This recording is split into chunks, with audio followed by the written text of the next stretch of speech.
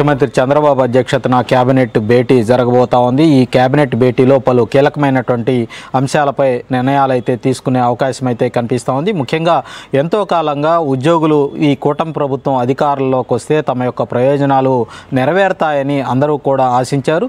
ఈ నేపథ్యంలో ప్రధానంగా ఈ సంక్రాంతి పర్వదినం నేపథ్యంలో వాళ్లకు ఒక శుభవార్తనైతే ఏపీ ప్రభుత్వం చెప్పబోతా ఉంది. పెండింగ్లో ఉన్నటువంటి 2 డిఆర్సీలను సంక్రాంతి కానుగ్గా అందించాలని ఒక నిర్ణయం అయితే ఈ కేబినెట్ భేటీలో చర్చించి తీసుకునే అవకాశం అయితే కనిపిస్తూ ఉంది. అలాగే గత జగన్మోహన్ రెడ్డి ప్రభుత్వం పిఆర్సీ కమిషన్ను ఏర్పాటు చేసింది. అయితే కూటమి ప్రభుత్వం అధికారంలోకి వచ్చిన తర్వాత ఆ పిఆర్సీ కమిషన్ రాజీనామా చేసింది. దీంతో కొత్తగా పిఆర్సీ కమిషన్ ఏర్పాటుకు సంబంధించి రేపు జరగబోతున్నటువంటి కేబినెట్ సమావేశంలో ఒక కీలకమైనటువంటి నిర్ణయం అయితే తీసుకునే అవకాశం కనిపిస్తూ ఉంది. ఇక ప్రధానంగా ఈ సంక్షేమ పథకాల అమలుకు సంబంధించి ఏవైతే సూపర్ 6 పథకాలలో భాగంగా ఇప్పటికే కొన్ని హామీలను నెరవేర్చారు. మిగిలి ఉన్నటువంటి హామీలను నెరవేర్చే ప్రయత్నం అయితే కొనసాగింపుగా రేపు కేబినెట్ భేటీలో కూడా కొన్ని సూపర్ 6 పథకాలకు సంబంధించినటువంటి సంక్షేమ కార్యక్రమాలపై చర్చ జరిగే అవకాశం అయితే కనిపిస్తూ ఉంది. ప్రధానంగా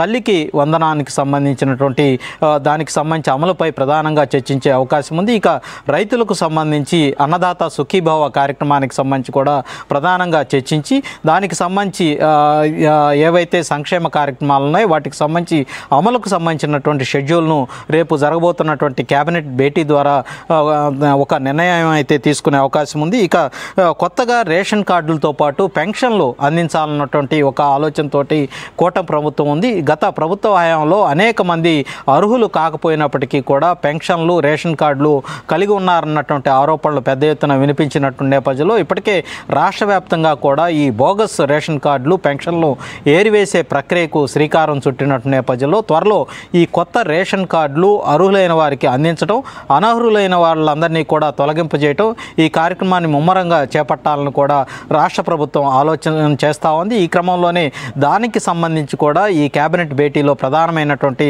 చర్చ జరగబోతూ ఉంది. ఇక మహిళలకు ఉచిత బస్సు పథకానికి సంబంధించి ఇప్పటికే అమలుకు సంబంధించినటువంటి సాధ్యాసాధ్యాలపై పలు రాష్ట్రాలలో అమలవుతున్నటువంటి ఈ పథకాన్ని ఇప్పటికే ఆర్టీసీకి సంబంధించినటువంటి అధికారులు స్వయంగా వెళ్ళి పరిశీలించడం జరిగింది. ఈ నేపథ్యంలో రాష్ట్ర ప్రభుత్వానికి కూడా దీనికి సంబంధించినటువంటి ఒక నివేదిక కూడా అందించినటువంటి నేపథ్యంలో ప్రస్తుతం ఉగాది నుంచి ఈ మహిళలకు ఉచిత బస్సు పథకాన్ని అమలు చేయాలన్నటువంటి ఒక ఆలోచనతో రాష్ట్ర ప్రభుత్వం ఉంది. రేపు ఈ కేబినెట్ భేటీలో కూడా ఇదే అంశం ప్రధానంగా చర్చకు రాబోతున్నట్లు తెలుస్తూ ఉంది. రాష్ట్ర వ్యాప్తంగా కూడా గత ప్రభుత్వం ఆర్టీసీని నిర్లక్ష్యంగా వ్యవహరించినటువంటి నేపథ్యంలో అనేక గ్రామీణ ప్రాంతాలకు బస్సు సౌకర్యం కూడా లేనటువంటి పరిస్థితి అయితే ఉంది. అన్ని బస్సులు కూడా చాలా బస్సులు కూడా కొనుగోలు చేయడం జరిగింది. పూర్తి స్థాయిలో బస్సులన్నీ అందుబాటులోకి వచ్చిన తర్వాత ఈ సూపర్ 6 హామీల్లో భాగంగా ఇచ్చినటువంటి మహిళలకు ఉచిత బస్సు పథకాన్ని అమలు చేయాలని కూటమి ప్రభుత్వం నిర్ణయించినటువంటి నేపథ్యంలో రేపు ఉగాది నుంచి కూడా ఇప్పటికే కొత్త బస్సులు రాష్ట్రంలో పరుగులు పెడుతున్నటువంటి నేపథ్యంలో ఉగాది నుంచి ఈ మహిళలకు ఉచిత బస్సు పథకాన్ని అమలు చేయాలని కూడా ఒక నిర్ణయాన్ని అయితే రేపు కేబినెట్ భేటీలో తీసుకోబోతున్నట్లు తెలుస్తుంది. అలాగే ప్రధానంగా నిరుద్యోగులకు కూటమి ప్రభుత్వం ఒక శుభవార్త చెప్పబోతుందనే చెప్పాలి. ఎందుకంటే గత ప్రభుత్వం ఈ నిరుద్యోగులకు జాబ్ క్యాలెండరు ప్రకటిస్తానని కూడా ప్రతి ఏడాది జాబ్ క్యాలెండర్ ఉంటుందని మాట ఇచ్చి మాట తప్పినటువంటి పరిస్థితి అయితే ఉంది.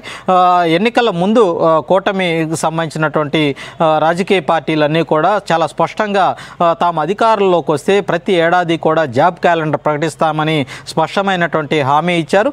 ఆ హామీ అమలు చేసే దిశగా ప్రస్తుతం కూటమి ప్రభుత్వం ఈ కేబినెట్ సమావేశంలో ప్రధానంగా నిరుద్యోగులకు సంబంధించినటువంటి ఏవైతే ఖాళీల భర్తీకి సంబంధించి జాబ్ క్యాలెండర్ను రూపొందించి ప్రతి ఏటా కూడా జాబ్ క్యాలెండర్ ప్రకటించాలన్నటువంటి ఒక నిర్ణయాన్ని తీసుకున్నారు. ఈ నేపథ్యంలో కేబినెట్ భేటీలో ప్రధానంగా దీని మీద చర్చించడంతో పాటు బహుశా ఈ నెల 12వ తారీఖున వివేకానందుని జయంతి సందర్భంగా ఈ జాబ్ క్యాలెండర్కు సంబంధించి కీలకమైనటువంటి ప్రకటన అయితే వచ్చే అవకాశం ఉంది. దీని మీద కూడా ప్రధానంగా ఈ కేబినెట్ భేటీలో చర్చించి ఒక కీలకమైనటువంటి నిర్ణయాన్ని కూడా ప్రకటించే అవకాశం అయితే కనిపిస్తూ ఉంది.